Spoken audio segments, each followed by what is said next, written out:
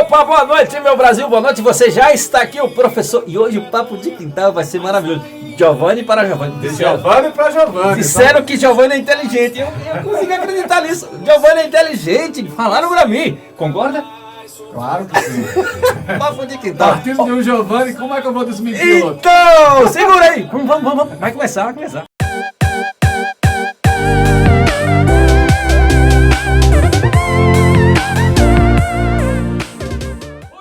Muito boa noite a você, boa noite aos nossos queridos ouvintes do Brasil e do mundo. Agora está chegando no seu rádio o Papo de Quintal de hoje, Giovanni Gugel, Acioli Gugel, né? Gugel Acioli. Gugel Acioli. Como é bom tê-lo aqui. O prazer é todo meu. Boa noite aos ouvintes, boa noite aqui. Vou até balançar o picotinho. Bora lá. Agora são exatamente 8 horas e 3 minutos em São Carlos. Choveu, né? Choveu, tá aquela chuva lá fora. Eu tava até preocupado, rapaz. Choveu e tumultuou o trânsito, né? Choveu já, caos na via. Eu fiquei feliz quando você falou assim, eu quero ir lá. Então. É um homem de muita coragem, provou que tem coragem. Se tem coragem, meu amigo. Tem coragem? O maior bem da vida. Isso que é a coragem, né? É muito bom. Coragem, mas a coragem com prudência. Exatamente. Não confundir coragem com... Muito bem. Me fala uma coisa. Vamos conhecer o professor Giovanni. Bora. Vamos lá. O que mais? O que você... Nasceu aonde mesmo? É São Carlense? Não sou São Carlense. Eu nasci numa gloriosa cidade chamada Esperança. Esperança. Que é a última que morre, né? Tá no ditado popular. É estado de São Paulo? Não, é estado da Paraíba. Paraíba? Você é conterrâneo nordestino? Sim, sou. Por isso que o Papo de Quintal revela os talentos também. Vamos tocar o sino. Que bacana. Esperança na Paraíba. Esperança na Paraíba. Que eu digo que quem nasce em Esperança é esperançoso. Sim. Tem esperança. Verdade. E esperança, para pensar bem, não é esperança no sentido de esperar. É o de... que acho que é uma fala do Paulo Freire, de esperançar. De esperançar. De estar à espera, né? Estar à espreita, estar sempre no movimento da utopia, da busca, né? De esperançar dias melhores, esperançar um país mais justo, esperançar um mundo menos caótico. Ou seja, você é esperançoso. Esperançoso, eu me defino como esperançoso. Muito legal. Mas a sua infância foi lá? Foi lá. Até quantos anos de idade, mais ou menos? Eu morei em Esperança até os 17 anos. Aí foi estudar? Fui estudar na capital do meu estado, fazer a formação em medicina. E daí é que eu vim acabar no estado de São Paulo, meio sem querer, como diria o Chaves, meio sem querer, querendo. Sim. Né? Que legal. Mas foram situações que foram ocorrendo na vida e eu fui seguindo a trilha. Né? Quantos quilômetros era de Esperança para a capital lá? Esperança a João Pessoa são 135 quilômetros. É que, na verdade, Esperança está a jusante, a montante de Campina Grande. Sim. Campina Grande em linha reta de João Pessoa. Que eu ainda não conheço aquelas bandas de lá, rapaz. Eu tenho muito de ouvinte lá. Os ouvintes devem saber. O estado da Paraíba, ele é longitudinal, assim, no mapa, né? Então, você tem João Pessoa no litoral, Campina Grande em linha reta, aproximadamente a 130 quilômetros para o interior. Subindo em direção à região norte, está a Esperança, a 23 quilômetros. Então, 23 mais 110, 133 Como dá Socorro e Mazé para a gente fazer um forró por lá? Bora! E agora, falando em forró, Campina Grande agora. Campina Grande, a partir do dia 10, né, começa o maior começa, você já começou, Santo Antônio, né? O Nordeste inteiro, você sabe, são Santo três Antônio, santos. São três santos. Que agora é aquela fase, né, que vem aí Dia dos Namorados. Tem os namorados que agora... Nós estamos numa fase agora de pedir para casar, né? Mas, não é o nosso caso, mas diz que havia ditado dela, que achei até engraçado, que Santo Antônio é só para quem não casou ainda. Não casou ainda, é verdade. Quem já casou e separou tem que ser Santo Expedito. Santo Expedito? Santo Expedito. E quem quer achar a pessoa perfeita é Santa Rita de Cássia. Tem que se pegar com outros santos, porque Santo Antônio é só para quem não casou ainda. É só para moça donzela e rapaz virgem. Muito bom, isso é muito bom, sensacional. Ai, ai, ai. Legal, legal. E os seus brinquedos da época que você se lembra, você recorda de algum brinquedo? Ou se você tem ainda aquele brinquedo lá guardado, que teve outro dia veio um cidadão que falou assim, rapaz, eu tenho uma caixa até hoje que minha mãe cuida pra mim. E quando eu chego lá, eu tenho que ver. As brincadeiras de nossa época eram brincadeiras, a molecada brincava na rua, né? Uhum. Se virava nos 30 para usar uma expressão, né? A gente aproveitava, já reciclava, já era reciclador e não sabia, né? Porque brincava com pneu velho, Sim. fazia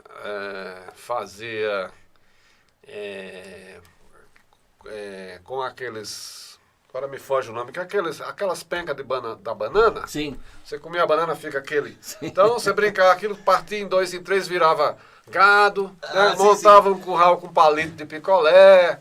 Essas eram as o que brincadeiras. legal disso aí Pegava é que um pedaço de arame e jogava. A criatividade, né? A criatividade. Exatamente. Mas a imaginação. mas eu me lembro que eu tinha por exemplo, era a época do gibi, a gente lia muito gibi, Uhum. revista em quadrinhos, né? Sim, sim. Então eu inventei de fazer um cima com gibi. Olha só. Então o que fazia? Pegava uma caixa de papelão, meio lendo aquela história daquela coisa chinesa das sombras. Então a gente recortava, pegava uns coisas de arame com carretel de linha que sobrava das costuras da mãe e da avó, né? Sim. E aí pegava a revista, comprava 2. Porque aí recortava tirinha por tirinha, Sim. ia colando, inclusive fazia cola com goma, né? Sim. Goma e água, fazia um lambe-lambe lá. Tem uma plantinha lá na Caatinga lá, que eu não me lembro o nome dessa plantinha. Ela é uma espécie de parasita em outra árvore. Que a gente ia pro mato, tirava aquela lá e cortava ela e raspava. Servia como cola. Usava na escola aquilo. Esse eu não lembro. Mas Parece que era banana braba que a gente chamava. eu não sei se eu conheço. Porque nome Pode ser que eu científico eu não conheça lembro. com outro nome. Mas a criatividade era isso. E a goma também era uma das... E saía colando coisas a que- revista inteirinha. Então, Sim. como eu tinha que comprar 2, porque como colavam na frente, o verso tinha que... Então. E aí era um trabalho de ficar, não alterar as tiras, não tirar da sequência. Depois enrolava e aí cobrava a entrada. Se a molecada da rua vinha assistir o filme. Sim, sim. Que era passar, ficar rolando até acabar o filme. E fazia também o desenho da caixinha. Da caixinha perfeito. tinha uma cortina. O rolinho, tinha né? um rolinho. Eu fiz trabalho de escola também. Cobrava, fazia cobrança. Que legal. Tempo bom, né? Tempo bom. Tempo de muita ingenuidade, mas uma infância boa. Sim. Comer goiaba no pé, né? No quintal do Vem cá, vizinho. fala em goiaba. O Papo de Quintal tem algumas revelações. E eu me lembro que eu ia tirar caju na roça do tio, só que era caju roubado. Sim. Né? E um dia o tio pegou, cara. Pegou. Era eu e mais uns 12 molequinhos lá, primo lá. Os cajus tinha 3 cajueiros na casa dele. E a gente ia escondido, né?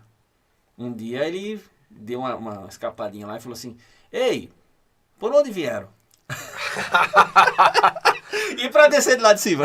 Então. Rapaz. Tem a história dos meninos que Não, naquele tempo a gente fazia a privacidade. E o pai falou, quando vocês descer daí, a chinela tá esperando. Pensa que o cara que passou o dia E ficava lá em cima, não do descia. pé de árvore, só desceu quando a coisa avançou no outro dia. Passar a noite empoleirado no pé de goiaba, porque verdade. foi pego roubando goiaba. Outra coisa que nós da nossa infância fazia, e eu era um desses, a vergonha que a gente tinha, a timidez era tanta.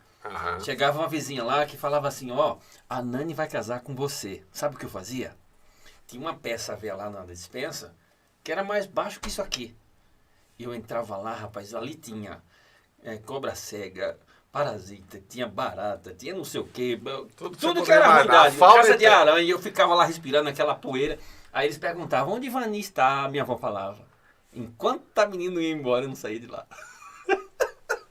Não, se quisesse ver alguém... É isso mesmo. E às vezes zangava, porque eles ficavam fazendo casamento. Eles faziam casamento. E dava medo. Não era filho, ficava bravo. Né? Se escondia, como você fazia, ela ficava brava. Aí levava a menina lá, aquela casa toda. E eu acreditava naquilo. Então, não é que eu não queria. Eu não sei, é uma sensação esquisita. Eu tinha medo, pânico, pavor, tudo. Né? Vergonha. Aí a hora que todo mundo ia embora, é que eu saía batendo a poeira assim. Não, era muito legal. A vida no interior é sempre... E outra coisa, professor, que a gente tem a vantagem dessa vida do interior, é o mundo imaginário. Sim. É um setor imaginário. Que hoje, infelizmente, na cidade grande, não tem nem como imaginar. Mas eu percebo que, por exemplo, hoje as crianças, mesmo as crianças morando em condomínios, porque o que acontecia também, a rua...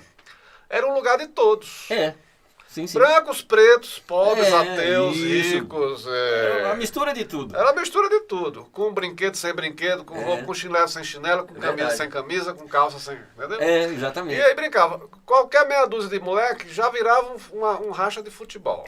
Uma pelada. Uma bolinha de meia. Uma bolinha de meia, né?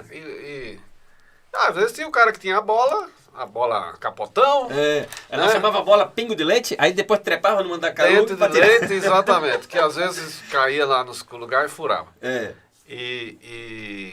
Então era só juntar que já virava uma coisa de futebol. Ou então as brincadeiras de rua, de correr, de pega, de barra bandeira, de corre pra lá, corre pra cá. Sim. E a imaginação, que era brincar de mocinho e bandido, né? Porque na turma do Faroeste, né? O Faroeste povoou o imaginário infantil de muita gente. Exatamente. As produções de Hollywood, John Wayne, Kirk Douglas, né? Isso mesmo. É verdade. O próprio Clint Eastwood. Enfim... os espaguetes italianos, de Django, Ringo, enfim. Então era uma coisa de você imitar aquela coisa. E o legal também, na minha época, a gente tinha lá a famosa tarefada. Eu não sei como é que era lá na Paraíba, no tempo que o pessoal arrancava mandioca para fazer farinha. Então, eu já sou um moleque da cidade. Da cidade. Mas a família da minha mãe, eu tive tios, avós que moravam no sítio, tinha isso. Na verdade, eu não sei o nome exatamente, mas eu me lembro que era um mutirão. Isso. Porque na época da colheita da mandioca, ia todo mundo para a casa de farinha. A casa de farinha era comunitária. E um ajudava o outro, né? Isso. Aí tinha os dias. Então hoje é o dia de fazer a farinha do Giovanni. Amanhã é do Pedro. Então você ia ajudar a farinha do Giovanni e o Giovanni ia ajudar a farinha do Pedro. Eu acredito que eram as mesmas coisas. Aí eles chamavam lá de tarefada. Eu não lembro o nome, como é que chamava, mas era isso. Então era lavar a mandioca, descascar a mandioca. Então tinha as mulheres que ficavam lavando a mandioca, descascando. Os homens arrancavam da roça, os homens arrancavam da roça, calça de boi. Tinha o cara que levava pra prensa. Exatamente. E ia tirar Aqueles dois molequinhos que ficavam botando lá, tinha uma máquina, um motor, um barulho danado, e quando ligava aquele motor, passava no motor. Passava aquele rolo assim. O cara botava lá salpicado de... Exatamente. E aquela massa lá, depois a gente colocava na prensa, porém, naquele momento de colocar as mandiocas que já estavam raspadas, que eles fazem isso aqui, né? Uma espécie de caneta. Então faz a parte fina, joga para lá e vem o outro termina. Lá tinha dessa tradição. Então aqui nós fazia meia e tirava meia. Quem vai fazer meia, fica desse lado. Quem vai tirar meia... Exatamente. Para fazer o trabalho bonito. Era um mutirão, era muito bacana. Porque aí tinha um cara que ficava alimentando o forno de lenha a noite inteira, porque o cara tinha que estava lá, né, com aquele rodo. Para uma espécie de rodo. É uma grande pá de misturar a farinha. Eu fiz, moleque. Cabelo do outro dia fica tudo ia ensinar como é que fazia. E o cara tinha uma habilidade de jogar farinha para lá, jogar chá pra cá, chá. Farinha grossa, farinha fina, farinha... Exatamente. Agora, a farinha era um polvilho. E aí tinha a molecada que ficava botando lenha no forno a noite inteira, porque não podia, a temperatura tinha que ser... Eu gostava na hora da comida. Pra torrar a farinha. Matava-se galinha, matava-se peru. E aí, os mais velhos tinham uma tradição de os molequinhos comer primeiro. Só que nós não comíamos o melhor pedaço. E eu lembro que a minha avó tinha uma taia, dessas de pote, né? Aquela taia gigante que chamava taia, não sei como é hoje, mas tem o pote e a taia. A taia era aquele grandão que ficava lá. Então eram 2 potinhos pequenos e uma taia. Enchia de água ali, as pessoas iam lá servir. Aí na hora do café, Aí a tia Lúcia falava, né, tia Lúcia? Eu lembro da senhora, viu? Ela falava assim, café de menino é água. Olha, rapaz, me dava um desgosto porque nós não tomávamos o tal café da avó, que era um café bom. Mas eu me lembro de uma coisa interessante nesse período aí, era quando eu e o meu querido primo, que eu chamo Vigni Tilly, faz tempo que eu não vejo ele, a gente era dois piquitinhos assim, e nós pegava aquelas mandiocas do coxo para botar lá na frente, para a pessoa fazer a servação da madeira, da mandioca. Ali nós cantava música. Nós cantava Trio Parada Dura, Iride Irineu, cantava Luiz Gonzaga, e as pessoas adoravam aquilo. Pois é. E nós quase gravamos e já que você falou, deixa eu perguntar, de que lugar da Bahia você? Eu sou ali do trecho bem conhecido ali, que todo mundo acha que Feira de Santana é... Mas não é. A gente chega em Feira de Santana, sentido Capim Grosso, pega ali a Lomanto Júnior, que vai para Juazeiro. Sim. Assim que você passar em Riachão, tem Nova Fátima, chega em Nova Fátima, entra para a Capela do Alto Alegre. Mas os nossos documentos é tudo em Riachão. Na época, a Capela acho que era distrito, né? E foi uma infância assim maravilhosa, sabe? Gostoso demais. Hoje eu fui lá o ano passado, mas é muito bom chegar lá, botar aquela cama de vento. Você sabe o que é a cama de vento, né? De madeira, que é feita de corda. Sim. Corda de croá. Só nós sabe, velho. Antigamente, aquelas cordas de croá era famosa, porque depois o sisal veio e tomou conta. Apesar que o sisal hoje também já está se esgotando, né? Tem o pessoal lá que trabalha com sisal, mas é muito pouco. Mas antigamente as cordas eram tudo de croá. E botava aquela esteira, você dormia ali, sem colchão, sem nada, e aí, quando você levantava, tava aquele desenho da palha, do tecido, né? Era muito legal. Saía todo marcado. Exatamente. Com o olho inchado. E eu gostava muito daquilo. Eu fui criado ali. Até os meus 18 anos. A infância foi... tem muitos pontos em comum, né? Porque é isso, a infância nessa época, né? Porque agora, infelizmente... mesmo a vida urbana nas pequenas cidades do interior, da Paraíba, do Nordeste, sofreram o impacto da cisão social, né? Exatamente. Agora você não vê mais, a rua foi deixada... Eu acho que é isso, quer dizer, fala-se muito em segurança e etc, e não sei o que, se a gente se cerca, muro, cerca elétrica, nada disso, tem que ir para a rua. Tinha que se ocupar na rua, porque hoje a rua virou um lugar do medo, né? É verdade. Hoje você sai de casa, você já sai... Para nós a rua era o lugar da liberdade, hoje a rua é o lugar do medo. Não se vai mais para a rua, não se brinca mais na rua. Eu me lembro que eu andava a pé. Só que isso está em todo lugar, tanto aqui, tanto lá. O Brasil virou esse país aí. Eu me lembro que o gostoso mesmo era a gente ia para as festinhas, aqueles sambas que tinha, né, de boca de noite, e nós se preparava para ir, eu e os meus colegas, e o gostoso de tudo era chegar da festa e dizer assim, olha, fulano estava lá, e aí eu dei um cheiro em Bertana, aí a gente ficava cantando aqueles casos, aquelas lorotas. Tudo cheio de prova. Se achando tal. Quando não, sabe quem conta um conto, aumenta um ponto. Isso, aí o outro contava para se engrandecer, aquela coisa toda, mas era muito bom. Eu me lembro que a minha mãe ficava... Vem pra casa logo, menino! Isso era 4 horas da manhã. A gente chegou até amanhecer o dia ao pé do Cochito contando história. Exatamente. Eu era um contador de história. Isso era outra coisa boa, que era contar história a gente chamava de história de Trancoso. Sim. Porque as histórias que eram... A cultura do Nordeste é muito oral. Sim. Não é? Então é muito... Tanto muita coisa que a poesia ainda é forte lá. O repente, a poesia, o cantador de viola. Exatamente. Que pensa num artista. Exatamente. Diferente do cara que se prepara para fazer uma música e o cara improvisa ali na hora. Que era outra grande coisa, era de contar história. Porque não era história lida no livro, era história contada. Né? E eu fiz juntava a meninada da rua... Isso. Às vezes, quando faltava energia, que faltava muito mais energia do que falta hoje, ficava a luz de vela. Sim. Então ia contar a história. Exatamente. A bruxa, interessante, amor à torta, né? A história as aventuras de João, como é? João e Maria tinha muito, né? Não, era um personagem meio...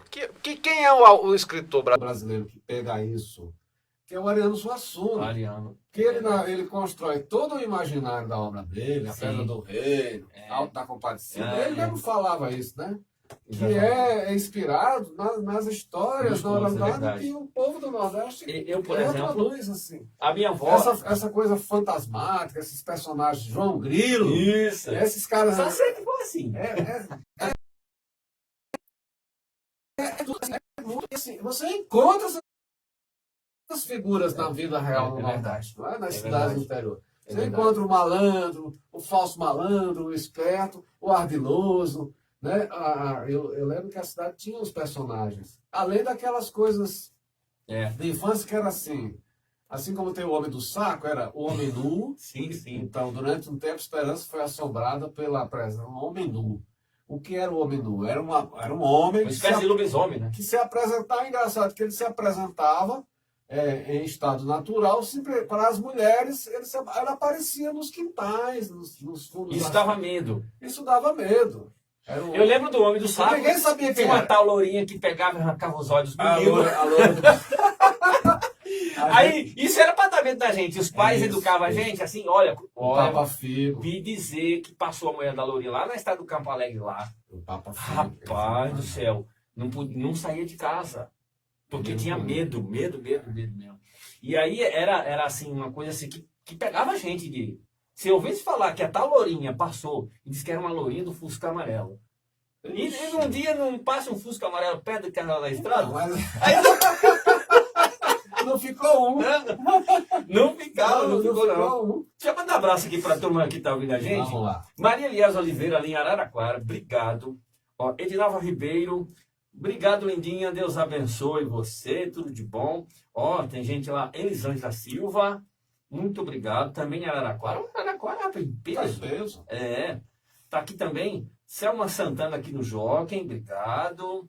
Vamos lá. Célia Mendes, Celinha, lá em Mirangaba, Bahia. Olha só. Bahia. Isso. Sabe a Andréia e o Ivan, lá em Olinda, Pernambuco. Na cidade de Paulinha também. Quem mais está aqui? Alzira Novaes aqui no Jockey. Muito obrigado. Carl Ramos, está lá em Capela, minha cidade, na Bahia. Olha a Capela aí chegando. Quem mais está aqui? Bruno do Vale, grande música. Sabe de onde Bruno é, rapaz? Santa Maria da Vitória, Rio Grande do Sul. Muito bom. Terra gelada, né? Muito bom. Jane Margarete. Obrigado, Jane. Quem mais está aqui? Ó? Francisca Monteiro, sabe onde ela está? Picos, Piauí. Miss Brasil, Miss Piauí. Um abraço. Já chegamos no Brasil inteiro. Lourdes de Caparrás, também aqui em São Carlos. Alessandra Lima e meu compadre. Eita, nós. Um abraço para você. Celso Massambani também ali no Botafogo, São Carlos. Doutor Fábio, sabe quem é? Um abraço para você, meu amigo. Tudo de bom. Quem mais está aqui? O Edson e a Maria também está aqui, ouvindo a gente. Ninelli, lá em Araci, muito obrigado. Diogo Ferreira em Américo Brasiliense, São Paulo. Sandra Lins, muito obrigado. Antônio Lins ali do Dama, obrigado. Né? Tutu Andrade, um abraço, muito obrigado. São gente chegando aqui na nossa alegria, né? Acompanhando a gente. Obrigado mesmo. E doutora Melisa, sabe quem é a doutora Melisa? Doutora Melisa, um abraço para a doutora Melisa. Eita, nós, a gente vai chegar lá daqui a pouco. Ela também quer vir no Papo de Quintal, já está convidada. Já está convidadíssima. Muito bem. A Francisca está falando, boa noite, alô para vocês aqui, eu gostei da prosa. Que legal, muito obrigado. A Degrace também está falando, boa noite, amigos, estou gostando desse papo. Muito bem. Chega mais. Que bacana, bacana. No Papo de Quintal a gente faz esses segredos assim, não tem segredo na verdade, né? Agora, meu compadre Diego Silva, sabe onde ele está? Lá em Nagoya, no Japão. Ok! Eita, nós. Hora dessa não é de dia. Bom dia, Japão! Você sabe que falando em Japão, eu li outro dia uma matéria, Antípodas. Então, aquela lenda que se você cavasse um buraco bem fundo ia sair no Japão. Sim. Então, existem alguns lugares, poucos lugares, em que de fato, se dobrássemos o planeta, então parece que essa coisa da equivalência tem, acho que 2 cidades no Rio Grande do Sul, agora me foge o nome, que são as duas únicas cujo ponto sensível, de fato, pudesse fazer uma perfuração, sairia lá próximo de Tóquio. Olha, rapaz. Então, capaz para você vir para cá, meu São Deus. os poucos, são chamados de antípodas, ou seja, pontos que são polares. Sim. Então, se a gente pudesse dobrar e fazer um buraco, era isso. Então, na verdade, esse mito de que se cavasse um buraco muito fundo, você teve isso, né? Vai cair no Japão, né?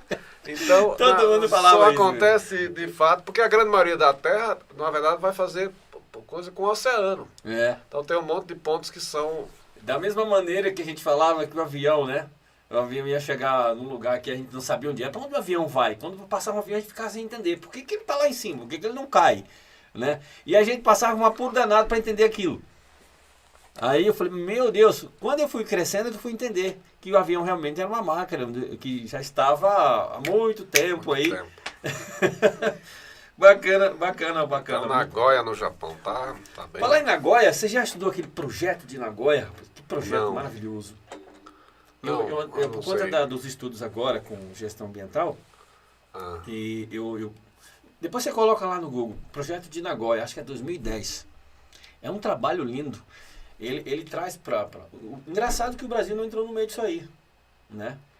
É um projeto que ele bonifica, por exemplo, o tio Zé, lá do campo. Às vezes ele tem uma erva, uma planta, que devido os estudos e tal, o cientista ou alguém, né, da própria medicina, tem descobrido lá um remédio, alguma coisa assim. O projeto de Nagoya, ele dava oportunidade ao tio Zé. Ou seja, tudo que vai daqui para frente, se crescer e fluir, uma porcentagem mínima vai para o tio Zé. Por muito que o tio Zé nem sabia de nada. É um projeto exemplar, cara. É interessante. Interessantíssimo. Ler, então, mais sobre isso. Eu me aprofundei no projeto. E na verdade, um dos projetos que também me fez inspirar. Eu tenho como referência. Legal. Baita projeto. Até falei pro Diego. Eu precisava descobrir quem que inventou, eu vou estudar direito, quem que inventou isso aí. Hoje faz parte da ONU, o projeto de Nagoya, que o Brasil não subscreve. Não. O Brasil gosta de outras coisas. O Brasil de hoje, né? O Brasil de amanhã provavelmente vai corrigir esse... Eu também espero, né? Eu espero. Mas fale uma coisa, e essa luz, esse brilho, essa paixão pela medicina surgiu assim, em que momento da vida? Falei, agora eu descobri, é meu dom, é minha vocação.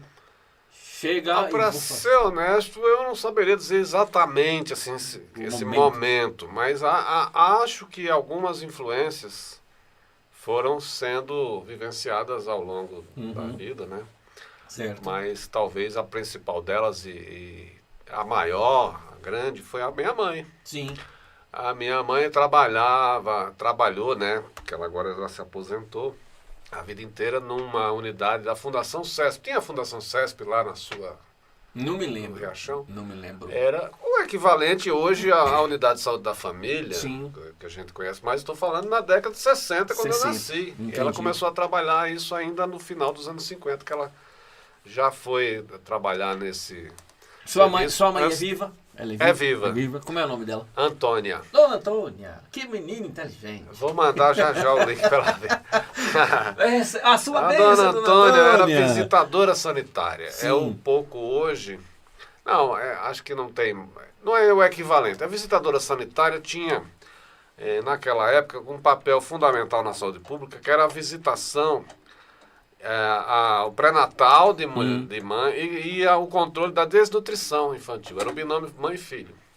Então, em algumas ocasiões, na infância, na pré-adolescência, adolescente mesmo, eu acompanhei.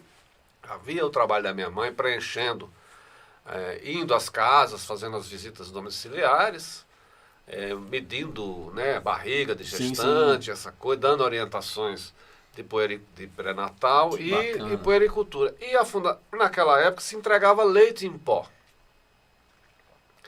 Então, muitas vezes eu ajudei, já que eu era já no ensino médio, Sim. fundamental, segundo período, a preencher as planilhas, a organizar as filas, a ver aquelas mulheres que iam retirar uma cota de leite em pó. Era leite em pó que era entregue. Esse leite em pó veio de um programa chamado Aliança para o Progresso, Era uma doação dos Estados Unidos. E me parece que tinha lá isso na minha região também. Vinha umas caixas, aquele símbolo, aqueles 2 ramos de lírio cruzados. Eu me lembro que a merenda da época era uma merenda...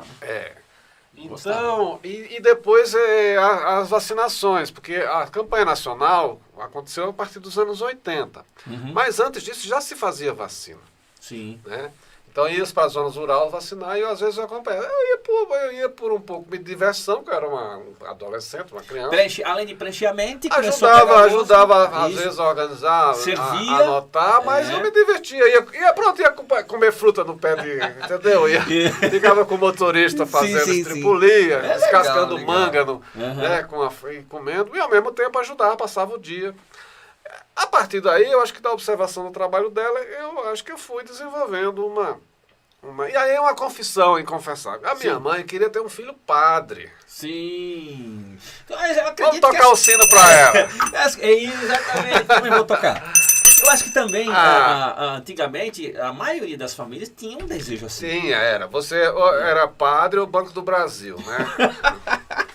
E aí eu tenho só um irmão e uma irmã. Então, são 3. Somos 3 filhos. O meu irmão e eu, na verdade, ela tinha a esperança, como esperançosa que ela era, de que um de nós dois... Mas ela encaminhou, a gente vivia na igreja, fui coroinha, né, fui chefe dos coroinhas. Que bacana.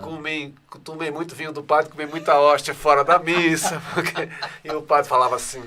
Mas está diminuindo, mas padre, você viu como está cheia a igreja? Conta com comunhão. E a gente lá mantendo a mão. Acho que ele sabia, mas ele lógico que fazia de conta que... Coisa de coroinha, não é? Moral da história. E aí um belo dia eu falei, não, a gente tinha todo o encaminhamento, né, para ser... Eu não sabia disso, só depois de adulto que ela contou, né? Mas aí veio a ideia de fazer um vestibular e eu escolhi fazer medicina. Eu também. Aí fui fazendo alguns cursos. Já era um sanitarista. Pois é, eu recentemente fui submetido a uma banca aí de aprovação para progressão no cargo na universidade, e um deles falou isso. Você já fazia saúde pública quando estudante? Eu falei, eu era digamos assim, eu era um penetra nessa festa, mas eu estava exatamente vivenciando. Vai fluindo, né? Aquilo que era a saúde pública da época. Da natureza, isso tem uma influência muito grande. Mas eu fui fazer faculdade, eu sonhava em ser cirurgião. Bacana. Eu achava meu imaginário, Por isso que o setor imaginário ainda, eu acredito, um dos maiores setores. É ele que faz do cidadão aquilo que ele quer chegar. Você precisa ter um sonho. Exatamente. Esperançar. Eu acho que hoje, eu imaginava, por exemplo, eu vi um rádio lá, que tinha em cima da mesa, e a gente brigava por conta, eu e minha irmã Marlene, que hoje mora em Camaçari, né, Preta? Ela queria ver horóscopo, eu queria ver futebol. E minha mãe, de castigo, ela pegava aquelas baterias e escondia. Nem para Chico, nem para Francisco. Pronto, fica de castigo aí. Para nós era um horror aquilo. Aí a gente fazia as pazes... Aí a mãe ficava com dó e devolvia as baterias. Exatamente. Só que eu não entendia como que alguém falava dentro daquele rádio. Eu falei, meu Deus do céu, um dia eu vou entrar aí dentro. Como é que faz pra entrar dentro do rádio? Mas você lembrou de uma outra coisa, que eram as novelas do rádio. Sim. A minha tia tinha aquelas revistas. Porque a gente acompanhava a novela no rádio. Não é? Diferente da novela. Porque TV só veio aparecer mesmo dos anos 70, 74. Eu nasci em 77. Da Copa. Eu só vim ver... A primeira TV lá em casa foi na Copa do Mundo, acho que de 74. Eu não vou lembrar. E aí tinha o televizinho, que era a pessoa que ia assistir TV na a novela, lá tinha um fazendeiro que tinha uma televisãozinha dessas preto e branco. Ou então ficava assim, a janela aberta e a molecada na janela assistindo A época já tinha Fantástico, já tinha os gols do Fantástico que passavam só no fim do domingo à noite, 10 horas da noite. Enfim. Eu me apaixonei pelos Trapalhões, que a primeira vez que comecei a televisão já tinha os Trapalhões. Era muito Mas legal. A novela do rádio, que era interessante de ouvir. Os primeiros heróis. Jerônimo, Herói do Sertão. Sim, era Antônio Conselheiro. Tinha uma minissérie no rádio. Isso. E aí era muito interessante, porque você ficava... O sonoplasta do rádio era fantástico. Ele fazia som de chuva, som de cavalo, som de trote. Tinha uma novela, era uma novela meio policial de suspense, chamava O Flama. Olha, o que você está fazendo comigo hoje? Estou saindo do fundo do baú. Papo de quintal. O Flama. E aí tinha um o bandido da história era um perneta. Tá vendo? Chamava assim, o perneta. E ele botava aquele som, né? E a heroína do namorado do Flama chamava Aninha. Aninha. E o perneta ia atacar a Aninha. Então passava alguém como se subir numa escada, um passo e o sonoplasta ia lá e fazia. E o sonoplasta fazia pancada da... Você sentia aquilo. E você tava lá. Você tava no cinema. Na expectativa. Aí falava assim, não percam, amanhã. Era o fim do... Porque assim... Conseguirá o Flama chegar a tempo de salvar nossa heroína? O Perneta conseguirá atingir seus objetivos do mal? Não percam amanhã, neste mesmo horário, mais um capítulo da sua novela. Pá! E aí a gente ficava até o dia seguinte. E aí no dia seguinte, legal aqui, você podia estar fazendo qualquer coisa no mundo. Parava tudo e ficava ao pé do rádio para assistir. E ai de quem não ficasse em silêncio, porque era essa outra coisa. Aí tinha a história do manguá, né? O manguá é aquele taco de madeira com nervo de boi. De boi. De couro de boi lá. Couro de boi. E a minha avó guiava aquilo. Ela botava um cachimbo assim, né? E ela ia... Porque assim, os livros vieram, essa coisa de escrever, por conta da minha avó. Porque não é que eu era trabalhador, mas eu gostava de ver as histórias dela. Sim. Né? E a gente ia da terra o feijão. Que carpir é uma coisa, da terra feijão é outra. Que botar aquela terrinha no pé do feijão para o feijão pegar corpo, né? Para dar bastante. E então ela me chamava. E eu gostava daquilo. Mas não era que eu era trabalhador. Mentira, eu gostava de ouvir ela. Eu falei, vó, conta aquela história. E ela contava. Eu não sei por que passou o tempo e eu não peguei gosto por aquilo. Só que quando eu fui acordar para a vida, eu já estava bem lá. Foi aí que eu comecei a escrever. Mas se eu tivesse escrito naquele período ali, cara, hoje tem livros pra caramba com os contos que a avó contava. Pois é. Talvez seja essa... Mas, enfim, você pelo menos despertou do seu sono. Magalona, por exemplo, adormecido. O livro Magalona, tá até por aí. Tá por aí. Você já tem aí alguns livros. É isso aqui, ó. Tá aqui. Olha lá. Magalona. Magalona, pessoal. Para quem não tá aqui, o Magalona. Magalona foi uma mistura da história da minha avó com o João de Teodora. Eu fiz uma emenda e virou esse romance. Olha que legal. Extraordinário. Mas esse Magalona é um livro que a gente vai precisar consertar ali. Riachão do Jacuí. Isso. Olha. Tempos bons, né? Bom. E aí eu cheguei há pouco tempo lá, isso em 2010. Eu fui na casa de João de Teodora, que eu mando um abraço para ele, que é um rapaz espetacular, um caboclo nato brasileiro. E João de Teodora é aquele cara que a gente precisa ir lá. Aliás, trazer ele para um Roda Viva. Porque ele tem um ponto de vista diferente da gente que estudou, que leu. Porque ele não sabe ler, não sabe escrever. Então ele é 100% imaginário. Mas a história dele, principalmente a descoberta do Brasil, é muito mais interessante do que a que a gente conheceu na escola.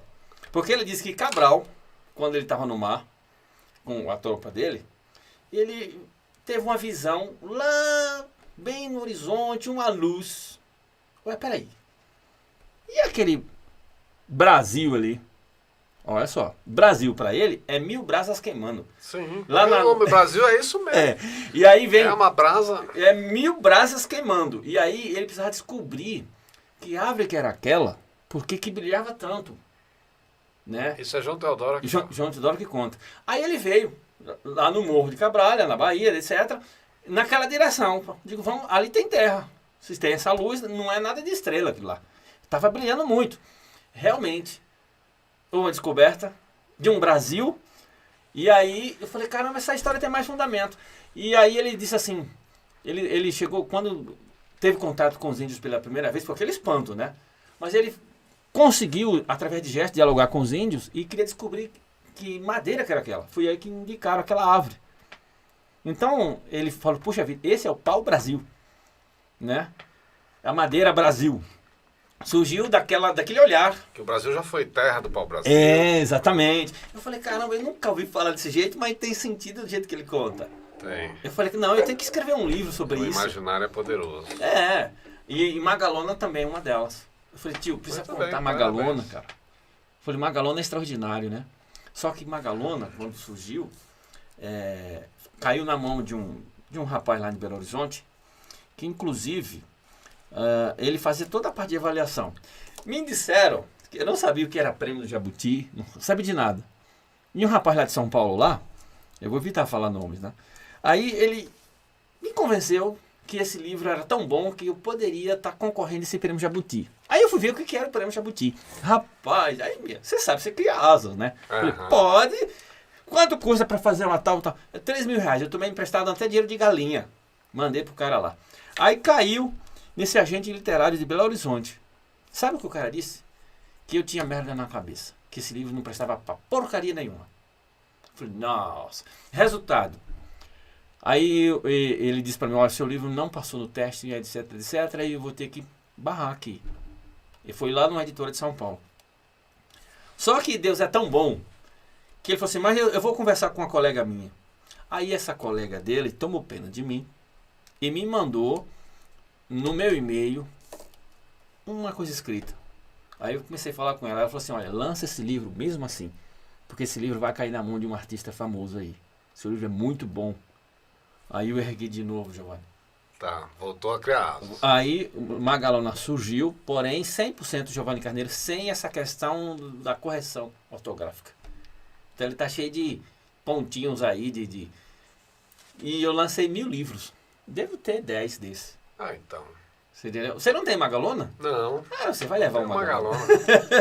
Eu tenho o outro seu. Acho que deve ser os mais novos, né? É o que você fez do filho. O Relógio de Deus. O Relógio de Deus. É isso. Um livro azul. Isso mesmo. É... Esse eu peguei lá com você. Esse aqui é uma ficção, né? Em homenagem ao João de Teodoro. Porque o que a gente fez? Nós fizemos, Giovanni, um resgate desses contos que nós estamos falando. Da porteira, daquelas noites que nós íamos tomar aquele café que era água, daquelas roças, daqueles contos, daquelas cantigas de roda que existia, sabe? E aí quando terminava os textos cantados, que texto cantado é um rosário falado. É. E demorava, e a gente lá com aquela paciência, e o pessoal, soltava um foguete em cada mistério, aqueles foguetes taboca que faz...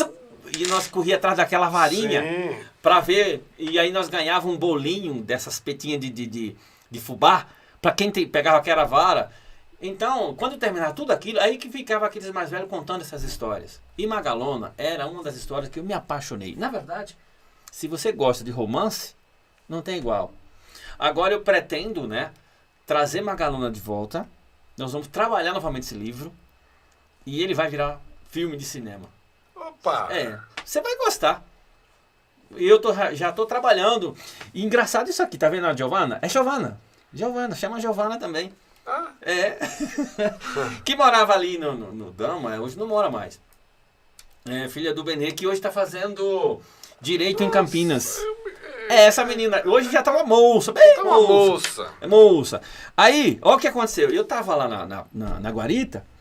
De repente me aparece lá a Giovana com uma garrafinha de... Não sei se era vinho, não me lembro. Se era um vinho, se era alguma bebida espumante, alguma coisa assim. Se era um champanhe. Só que ela botou uma fita dizendo com carinho de Giovana para Giovanni.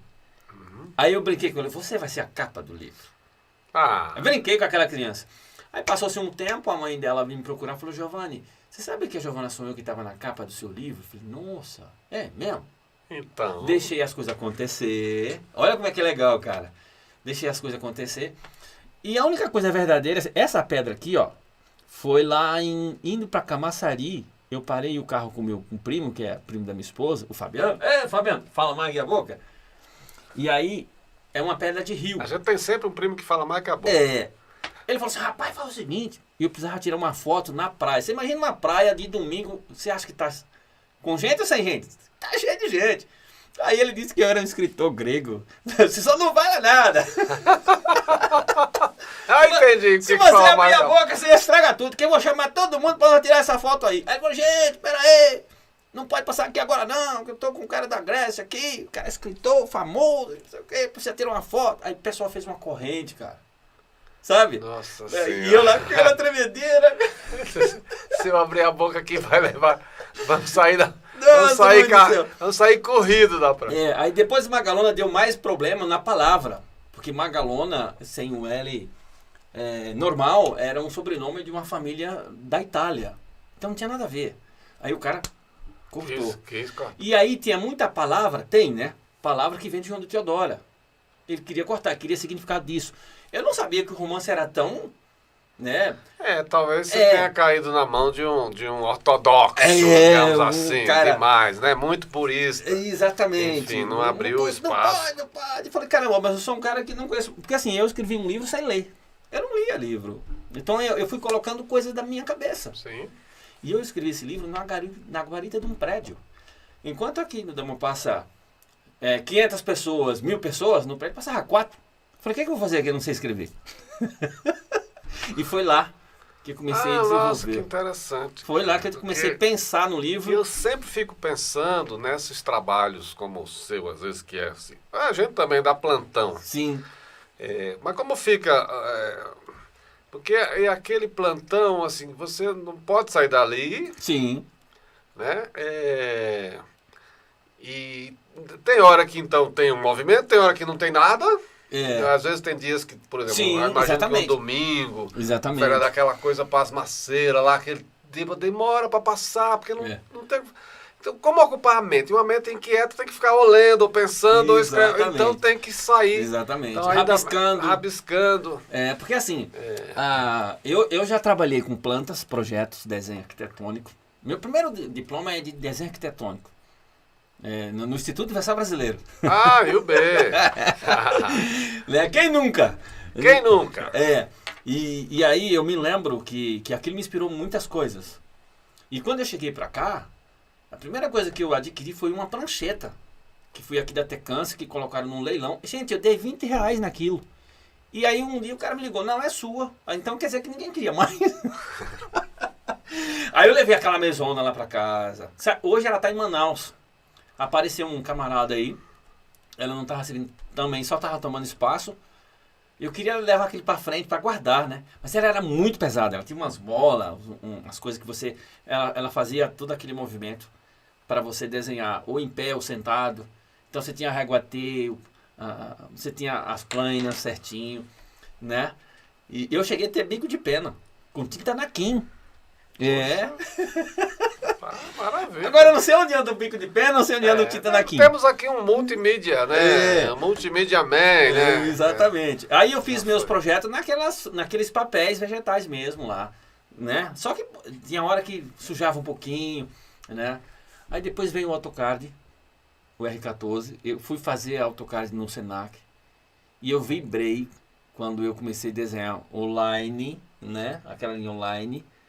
Porque assim, eu vibro, eu comemoro com pequenas coisas. Sim. Eu me realizo, na verdade, com pequenas coisas. Mas isso que é o que faz o... E eu fiz 17 projetos aqui em São Carlos e mais pra fora no AutoCAD. Tudo em inglês sem conhecer uma palavra. Eu não sei nada de inglês. Que é meu próximo desafio aí. Porque senão eu já tava na NASA. Nada é como se dar um desafio.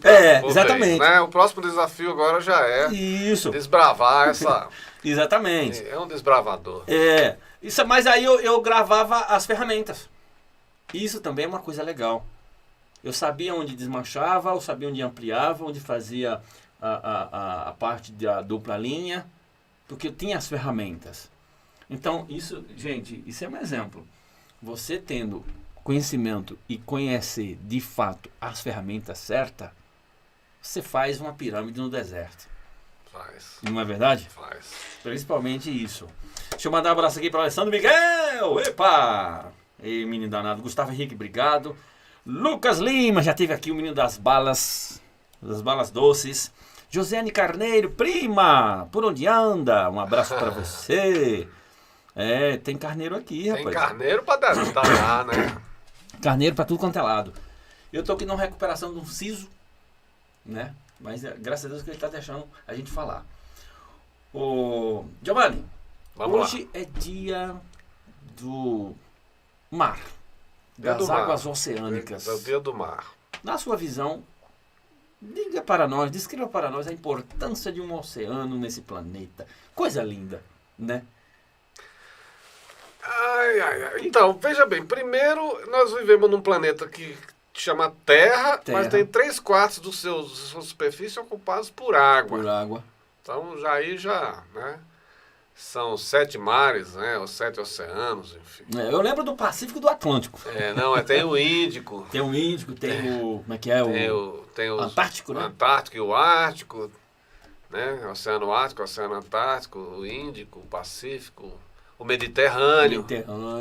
Enfim, tem lá os 7 mares.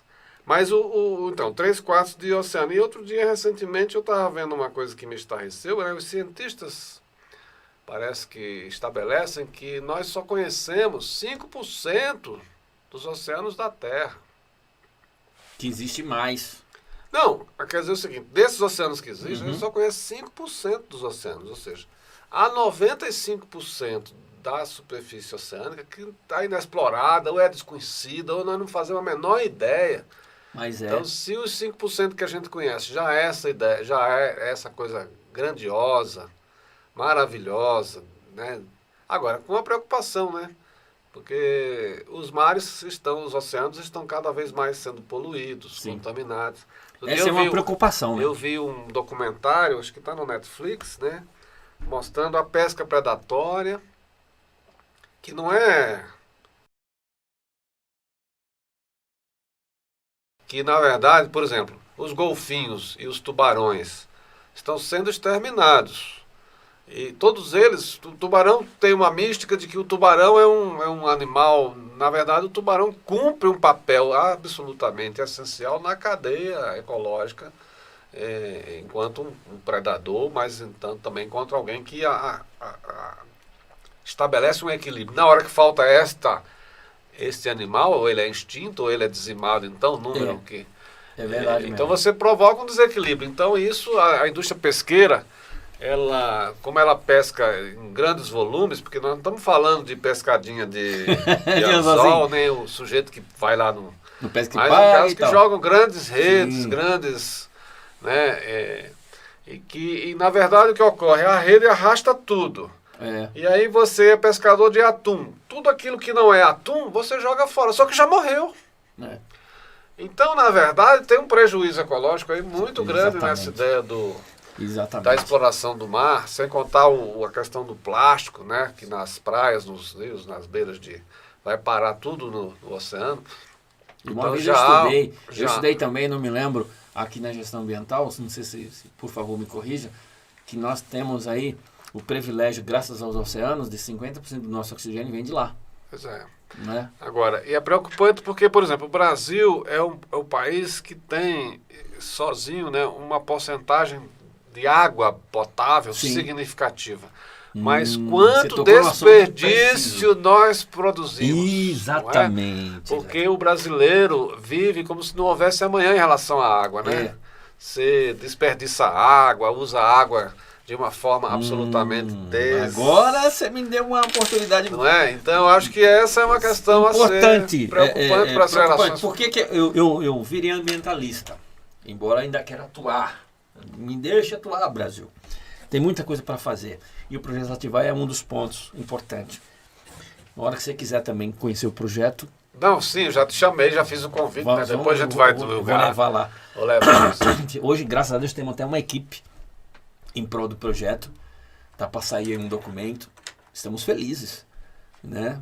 Com essa coisa... Esse engajamento. Engajamento de reuniões, né? De descoberta. Uma mistura de ansiedade, né? Com verdade. E a gente acaba descobrindo que o Brasil é um país que merece fazer alguma coisa por ele. Se você pegar, por exemplo, o Velho Chico, você pega lá a nossa Amazônia, se você pegar aqui as cataratas... Você pegar o Tietê aqui em São Paulo... Exatamente. Né? Quer dizer... você não vai muito longe. Aqui na frente da minha casa tem 5 nascentes que são comprometidas agora. Pois é. Isso aqui é uma denúncia. Pois é. Você entendeu? Coisa para se fazer. Puxa vida, eu lembro que eu cheguei aqui, a gente pegava peixe aqui na frente. Hoje você não pega mais. Cada dia que passa, está poluindo o nosso planeta. Então, começar por onde? Pelo próprio quintal. Isso. Pense globalmente e haja globalmente. Exatamente. Pense no seu quintal. Não sei se você me lembra. E outra, plante árvore. Isso. Exatamente. Sabe? Plante pelo menos uma árvore na sua vida. Não é aquele... Tem um projeto que nós estamos desenvolvendo agora também, que é uma unidade de conservação com o desenho da cidade. Eu tenho um outro projeto chamado ETEB. que é ele que me deu origem ao Sativai. Na verdade foi um portfólio de faculdade, só que eu descobri, eu não vou jogar isso fora. Tá tão bom, né? Então. São coisas que eu penso. Puxa vida, se eu fizer isso aqui, foi bom pra mim, cai lá naquele conselho de Tobit que deu pra Tobias no livro de Tobias. Né? Tem algumas bíblias que não tem. Mas que livro bom de se ler, porque é um livro que aconselha a gente. Tobit, ele é o pai de Tobias. E Tobias pergunta pro Tobit, ô pai, como é que eu vou fazer as coisas daqui pra frente? É um conselho muito prático e muito atuante do dia a dia. Ele só disse assim, filho, aquilo que você fizer que você gostar, pode fazer para outra pessoa. Mas se alguém te fazer uma coisa que você não gostar, é sinal que outra pessoa também não pode gostar. Então faça aquilo que você gosta, que se alguém não gostar, ele vai te dizer. Entendeu? Então tudo que é bom, então comece a fazer uma filtragem daquilo que é bom e daquilo que não é bom. Que não é bom. Exatamente. Então a gente vai construindo pontes. E as pessoas vão começando. Por exemplo, a gente fez um adesivo pequenininho para carros, acabou já. De 150 daquele. E eu vi pessoas, não vou colocar isso não. Mas muitos colocaram. E aí outro dia, o Pedro Garcia tem. Aliás, Pedro! Pedro Garcia tá nos vendo? Ainda não, mas ele vai ver que eu vou mandar para ele. O legal de gravar aqui é que ele fica. Meu compadre Cebola chegou aqui, ó. Um abraço, querido. Judite Oliveira também tá por aqui. Obrigado. Jocélia Souza, valeu. Muita gente... quando coloca, por exemplo, o Sativai no peito, na camiseta, nisso, né, aqui na caneca, por exemplo. Aham. Aliás, eu vou até mandar fazer a camiseta agora, caso você queira, a gente conversa. Sim. Tá bom? Tá bom. E isso já dá um incentivo muito grande. Aí vem o doutor Augusto Fabel, assina todo o documento, porque é um cara que incentivou muito. Obrigado, doutor. Nossa, a gente não tem como agradecer. Toda essa alegria para conosco. Só vejo ali as mãozinhas aparecendo. As mãozinhas vai passando. Tome mãozinha, dando link, né? Dando like. Né? Exatamente. Então, é uma coisa que... Há pouco tempo eu cheguei no Sesc, tinha um professor lá da Exalc, falando sobre meio ambiente. E aí o meu professor da Unopar falou para mim, você não vai lá? Só que tinha um painel lá, Giovanni. E a gente tem a mania de não ler as coisas. Isso é um defeito do brasileiro, e eu sou um deles. Você passa todo dia e lá o anúncio lá. Aí ele falou assim, mas peraí, você não vai lá? Só que esse dia é o dia que eu tava de plantão. Eu falei, aonde? Toma vergonha, rapaz. Você tá vindo fazer o que aqui? Você quer ser ambientalista? Você não lê esse negócio? Aí, ó, isso aqui é pra vocês. Aí foi lá na sala, puxou, olhei todo mundo. Falei, beleza. Aí eu sabia que eu saí do serviço às 6 horas e a palestra era às 7. Tenho que chegar aqui, tomar um banho e correr pro Sesc. Gratuito, falei, dava. Cheguei lá, eu perdi 30 minutos da palestra. Era um cara sentado, cheio de gente, eu não conhecia ninguém, conhecia umas 3 pessoas só. Aí terminou a palestra, veio aquele momento de interatividade, onde as pessoas falavam, só que as pessoas falavam sentado. Eu me aborreci com aquilo. Falei, cara, eu não sei quem tá falando. Aí, eu estou escrevendo um livro agora chamado Neo e Neo. Depois a gente fala sobre esse livro. Neo e Neo, eu tirei da palavra neurônio. Neo aqui e Neo no final da palavra. E o Ron é eu. Então eu me divido em 3. E Neo e Neo ficou me martelando. Levanta a mão, bora. Ficou aquele negócio de coração tum. Até que o cara falou, ó, é o penúltimo, depois não tem mais. Aí vem uma frase maravilhosa que tá nesse livro aqui, eu acredito que tá.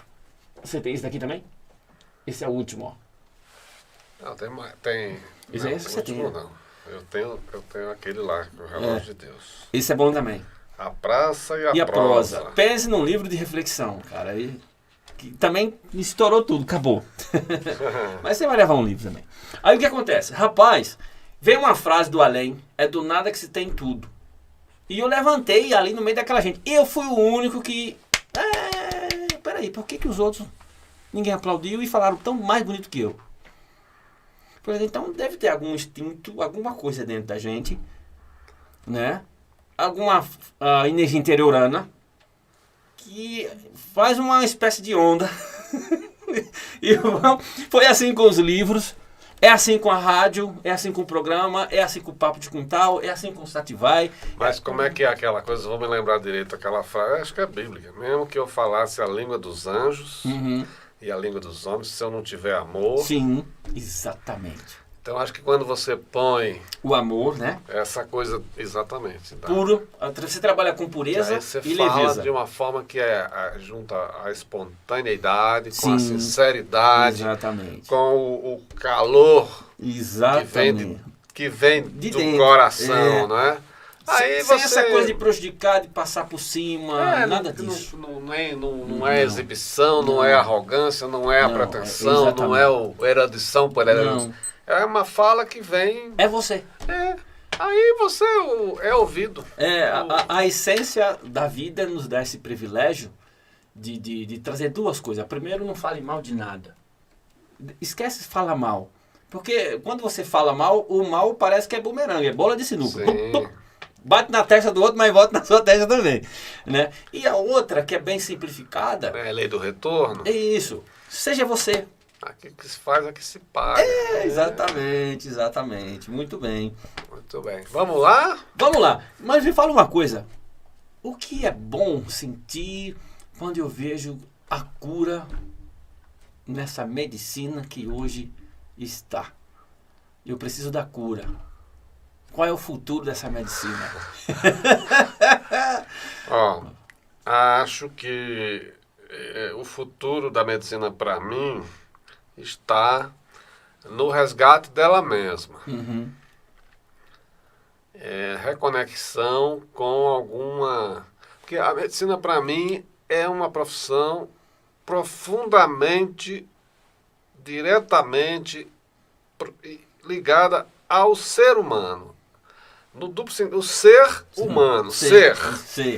Né? Então, é preciso resgatar um pouco, porque acho que a gente tem um paradoxo, que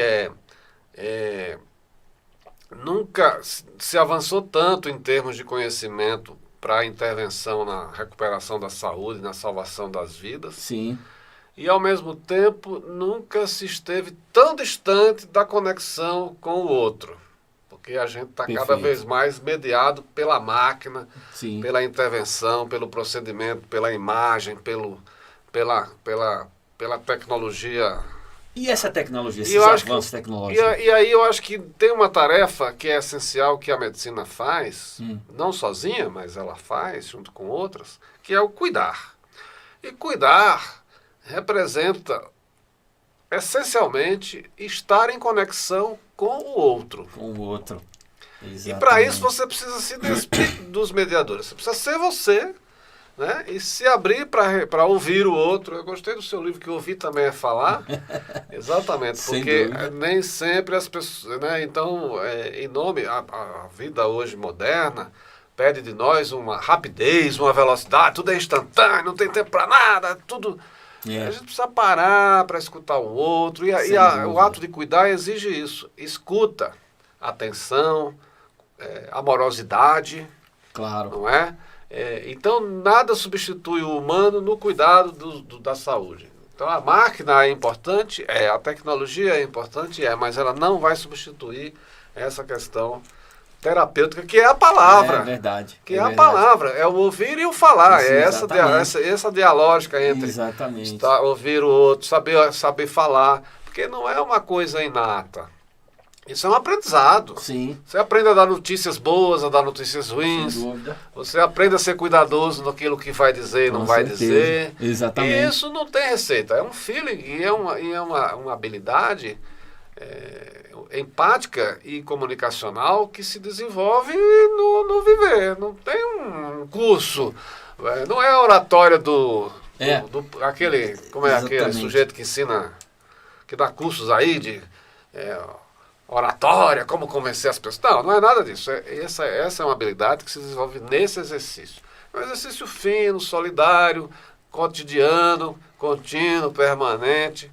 Claro que junto a isso tem a máquina, mas a máquina terá que ser sempre no futuro, um auxiliar. No futuro, que tanto se fala do futuro, onde as máquinas podem estar trazendo aí um substituto, a medicina pode correr um risco, por exemplo, de você estar aqui em casa e daqui de casa, através da tecnologia, você vai fazer uma cirurgia. Que é o que estão falando aí para 2040, etc, etc. Já tem máquina aí, já tem um computador vindo aí que vai ler pensamento. Falei, puxa vida, isso é preocupante. ao mesmo tempo que isso é bom, não sei se isso pode ser aproveitado ou não, porque a maldade humana, né, que já que nós estamos falando de ser humano, tem hora que vence, né? Porque tem muita gente maldosa. E para piorar, só que máquina não tem sentimento. Isso. A diferença é essa. A máquina ela faz, só que ela não tem dor, ela não tem sentimento. Então, existe um sentimento em cima do assunto e da causa, né? Para que a gente possa estar entendendo o outro. Porque não existe nada melhor consertar alguma coisa a não ser se colocar no lugar dela, né?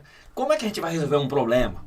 Isso. Como que a gente vai fazer melhorias contínuas? O compromisso com o outro. Exatamente. Se não for isso... A partir desse momento que a gente entende a posição do outro. Se não tiver o outro, é aquela coisa, Deus, eu e você. Né? Isso. Qual é o limite que você precisa encontrar para até onde vai a minha intervenção sobre o outro? Sim. E até onde eu devo respeitar ou produzir a autonomia do outro. Exatamente. Então, isso não é fácil, isso só se descobre fazendo. Exatamente. Porque até para você não ficar nem onipotente, nem virar a palmatória do mundo, que vai consertar, que vai... verdade. Então, isso é um aprendizado muito difícil. Enfim, eu tenho pensado, eu continuo esperançoso de que a gente vai redescobrir, porque isso já foi uma prática, né? Sim, é verdade. Mas era curioso, quanto menos, ela também foi uma profissão muito elitista, né? É verdade. E assim, quando nem todos, os nossos avós, por exemplo, não tinham acesso a médico como a maioria das pessoas tem hoje, por exemplo. Exatamente, eu lembro muito do chás. Por isso que hoje eu sou um tomador de chá. O grande era o boticário, né? Era o prático da farmácia, era o protético. Sim. Né? E o idoso, o senhor da comunidade, que era o conhecedor dos chás. Exatamente. E todo o conhecimento curador. Já que o xamã, veio... quase um xamã. Exatamente. Né? Já que você veio da esperança. A esperança é de voltar. Tem uma coisa assim que me aconteceu já. Há pouco tempo pouco tempo que eu falo, mas deve ter uns 10 anos.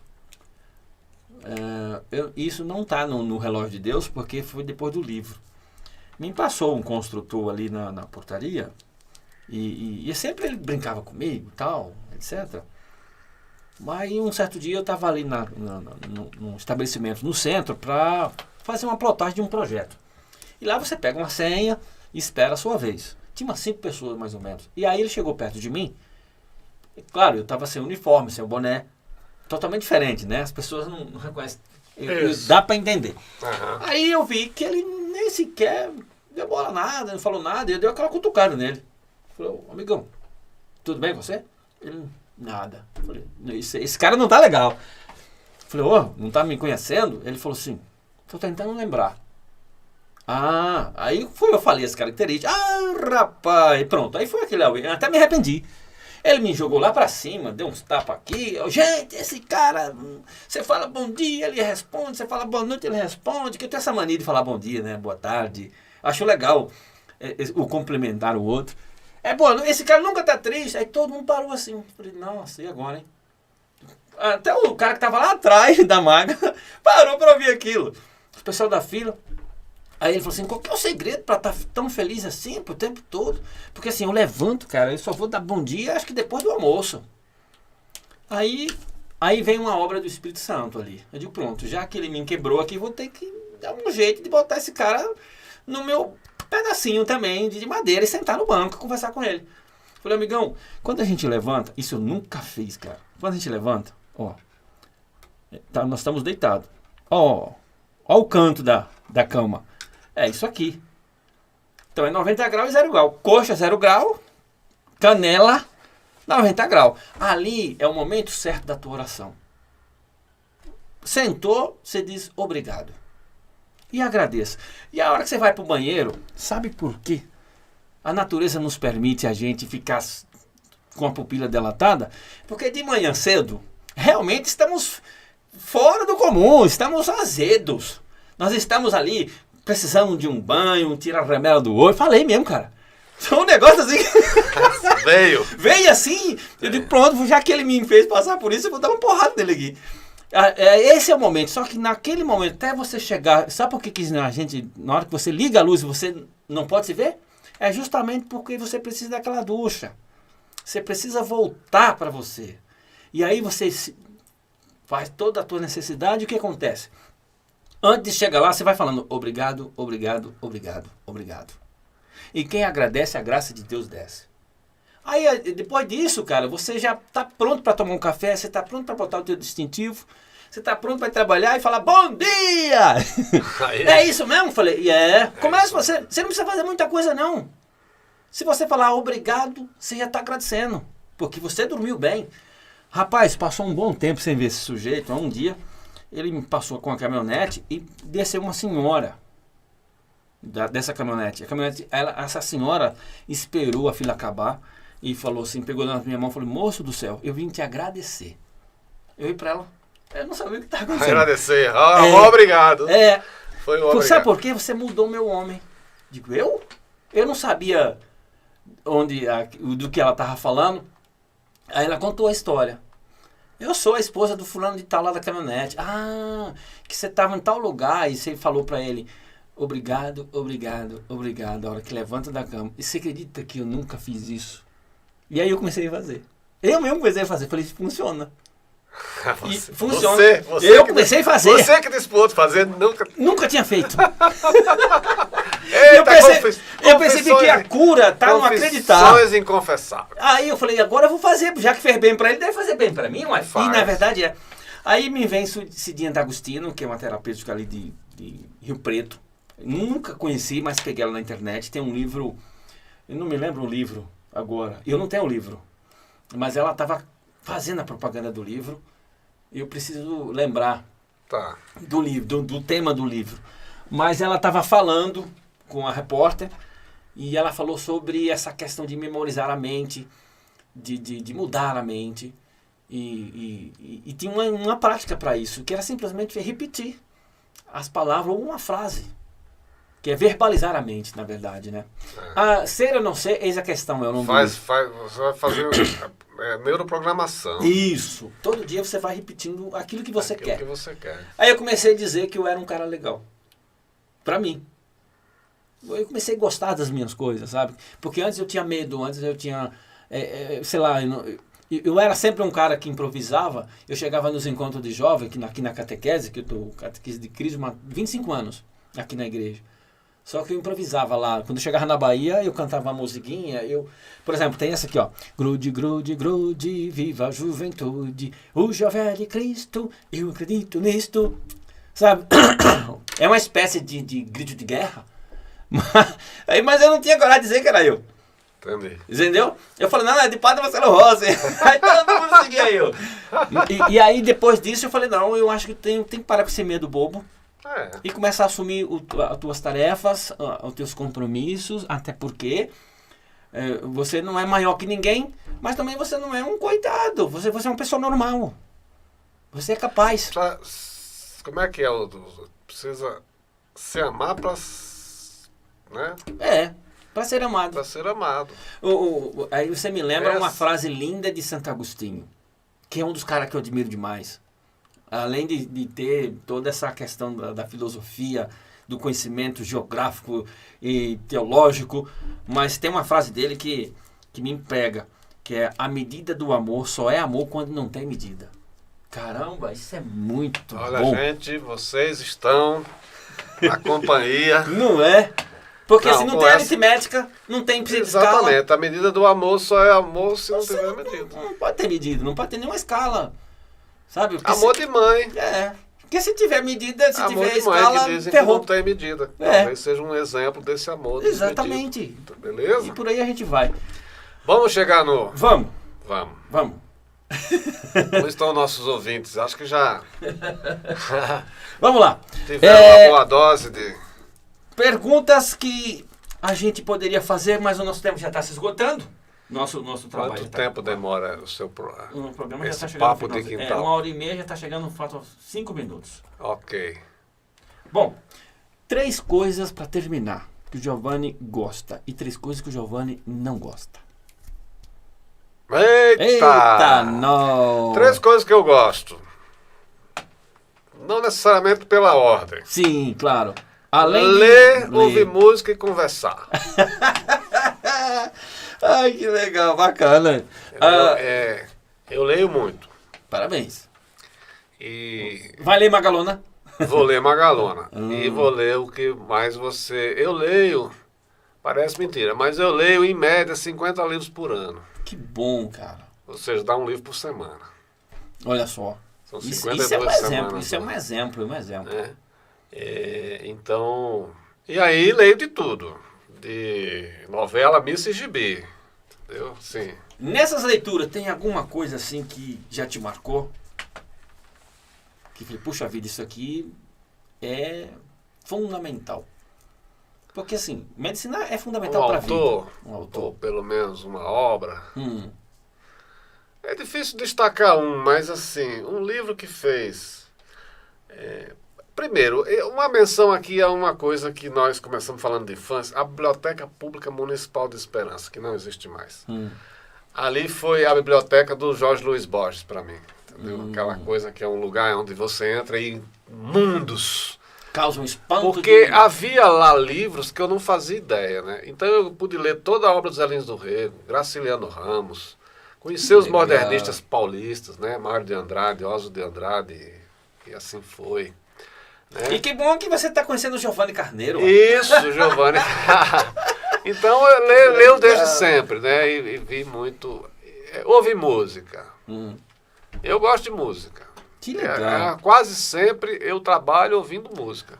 Ó, se eu pudesse... Aproveitando o embalo, já vendendo o meu peixe, não deixe de ouvir a Rádio Web de 360 graus. Não, já é programa eu já me inscrevi no canal do YouTube, já dei. Já desde quando você falou e estamos aí. Botar a Rádio Web nas minhas preferidas. Que bom. A gente é grato a isso. E conversar. Porque o nordestino é, antes de tudo, um conversador. Exatamente. É difícil encontrar alguém, talvez a timidez, né? Porque também é verdade. Algumas. Mas, em geral, quando destampa a prosa, a conversa vai embora. Certo. E o que você não gosta? Que incomoda, então, que enche a paciência, rapaz. Eu não gosto muito de rotina. Eu não gosto muito de fazer as coisas porque eu tenho que fazer. Eu tenho que fazer as coisas porque... Seria uma liberdade, ser mais livre. Não, assim, não é isso. Mas assim, porque compromisso a gente tem e segue. Mas aquilo que você... Assim, olha, você tem que fazer isso. Mas por quê? Porque você tem que fazer isso. Não. Você tem que me dar um sentido para isso. Sim. Entendi. Porque não é uma obrigação. Além da lógica, tem sentido. Não pode ser só uma obrigação. Sim. As coisas têm que ser um prazer, uma coisa... É isso que você fala. Tem que ter um sentido imanente, que transcende, que não é uma tarefa, não é um encargo, não é uma obrigação. Fazer por prazer, tem que ter amor. Só que isso para isso aqui, ó. Isso aqui é algo que nos realiza. Isso aqui é terapia para Por exemplo. Exatamente. Então, se você tivesse que sentar nesse espaço como uma espécie assim, de tarefa obrigatória que você chegar um dia que você não queria. Por que eu não fui pelo roteiro? O roteiro deixa a gente parado. Eu não fui bom aqui, fui pior ali, aí eu fico me avaliando, né? Há poucas coisas que eu... não gosto de gente arrogante, chata, presunçosa. Sim, tá certo. Em geral, eu evito. Entendeu? Muito bem. Acho que é só. Tá Maravilha. Bom. Tá bom, não é? Tá bom. Tá respondido. Então eu quero agradecer demais. Gosto da Rádio Web, então vamos dizer para os ouvintes uma boa noite muito especial. Foi um prazer. Eu que agradeço. Ter estado aqui. Professor, né, de medicina. E tem aí uma vida brilhante pela frente. Obrigado. Deus abençoe nas suas tarefas. Né? Eu acredito que os alunos devem estar orgulhosos, né? Eu devo ter lhe dado meu livro de poesias. Nós trocamos gentileza nessa. Porque quando veio o relógio dele... não. Então, eu acho que não. Eu vou cumprir rapidamente essa lacuna. Muito bom. Que escritor também, né? Escritor, leitor, brasileiro. Eu fiz aí um livro na vida inteira. Que legal, bacana, extraordinário. Muito bom. Então, foi um prazer. É todo meu. Foi especial para mim essa noite. Com certeza e para mim também, né? Vamos soltar aqui o nosso finalzinho. Obrigado, gente! Muito obrigado a todos vocês. Recebam um abraço dos Giovannis. Giovanni Carneiro, Giovanni. De Giovanni para Giovanni. Como eu comecei no começo. Dizem por aí que todo Giovanni é inteligente e sábio. Eita, nós.